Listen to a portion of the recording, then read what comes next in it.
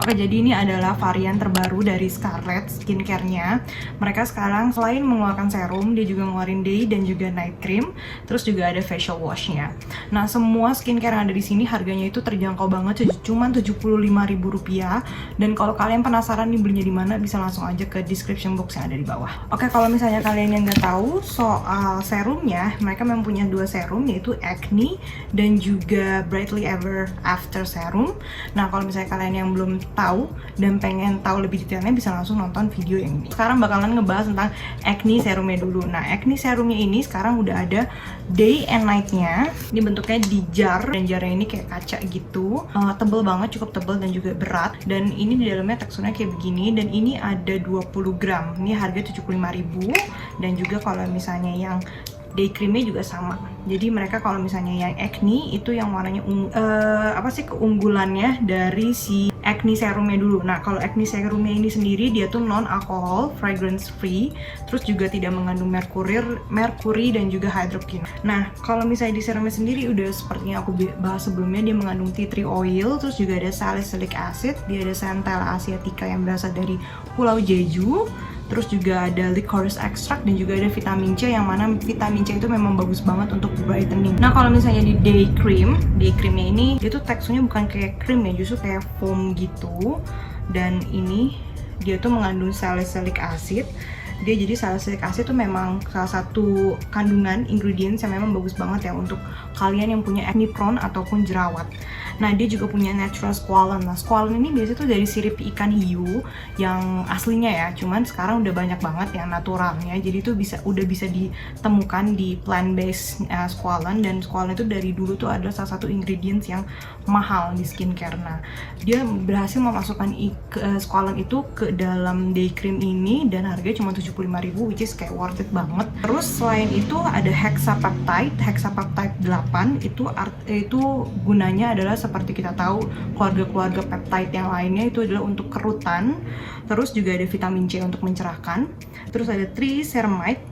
Triceramide itu memang untuk melembabkan. Salah satu krim yang sekarang tuh lagi tren adalah memasukkan ingredient ceramide di dalam skincare-nya mereka. Nah, terus juga ada aquapeptide. Nah, aquapeptide itu adalah untuk hidrasi. Nah, kalau di night creamnya sendiri itu sebenarnya kandungannya juga kurang lebih sama ya. Cuman kalau di sini dimasukin ada antibakterialnya dan juga ada kandungan pour away. Di situ aku juga bingung sih sebenarnya ini pour away itu kandungannya itu yang mana namanya. Juga dia sama, ada squalane, ada hexapeptide dan juga ada triceramide-nya.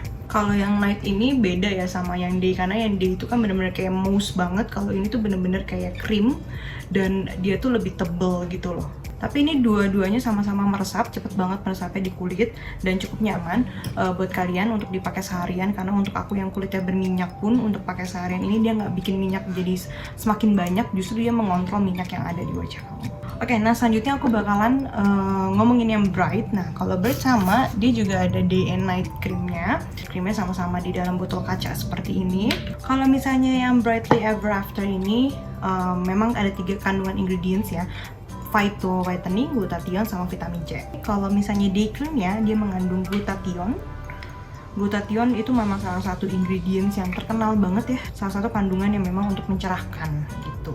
Dia ini beda teksturnya ini lebih ringan dan kayak lebih transparan, dan dia langsung ada efek kayak brightening kayak gitu. Nah, aku sih asumsi ini harusnya ada titanium dioxide ya. Dan tapi kalau day cream ini nggak ada SPF atau UVA-nya, jadi kalian tetap harus pakai sunscreen. Scarlett bakal ngeluarin sunscreen mungkin maybe. Nah, kalau di sini dia ada glutathione tetap sama kayak serumnya. Terus ada rainbow algae, itu untuk mencerahkan noda-noda hitam seperti pigmentasi berlebih di dalam kulit kamu yang kayak punya bekas jerawat, itu bisa dicerahkan menggunakan si Brightly Day Cream ini. Terus ada rosehip oil. Nah, rosehip oil itu ada penyembuh luka. That's why wanginya ini emang agak berbeda ya dibandingkan dengan day cream yang lain gitu. Terus dia juga ada pour away. Aku masih nggak ngerti kenapa dia nyebutnya pour away. Terus ada triceramide dan juga ada aquapeptide yang bikin glowing gitu. Nah, kalau itu tadi day creamnya, dan ini adalah night creamnya. Dia mengandung sama aja, kurang lebih sama kayak si day cream. Cuman kalau yang si night ini dia tuh memang agak sedikit lebih kental dari teksturnya. lebih berat juga dan berasa kayak lebih emollient. Jadi mungkin kalau misalnya kalian yang kulitnya kering, cenderung kering, itu bisa pakai yang ini karena ini lebih melembabkan dan lebih emollient dibandingkan dengan yang si Acne Night Cream. Kalau ini dia ada tambahannya, yaitu ada niacinamide, ada vitamin C, dan ada green caviar. Nah, green caviar yang biasanya kan kalau caviar tuh warnanya hitam, ini warnanya green.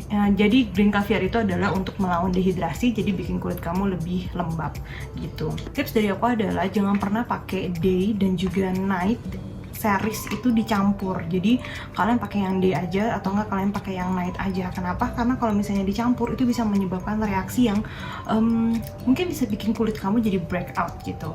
Jadi kalau misalnya kalian lagi memang ada masalah dengan jerawat, ya udah kalian sembuhin dulu dengan acne seriesnya dulu, baru nanti setelah itu kalau kalian butuh lebih cerah, mukanya lebih cerah, kalian baru pindah ke Brightly Ever After series gitu. Jadi jangan dicampur nih, kayak kalian pakai day-nya pakai bright, terus udah gitu malamnya pakai acne.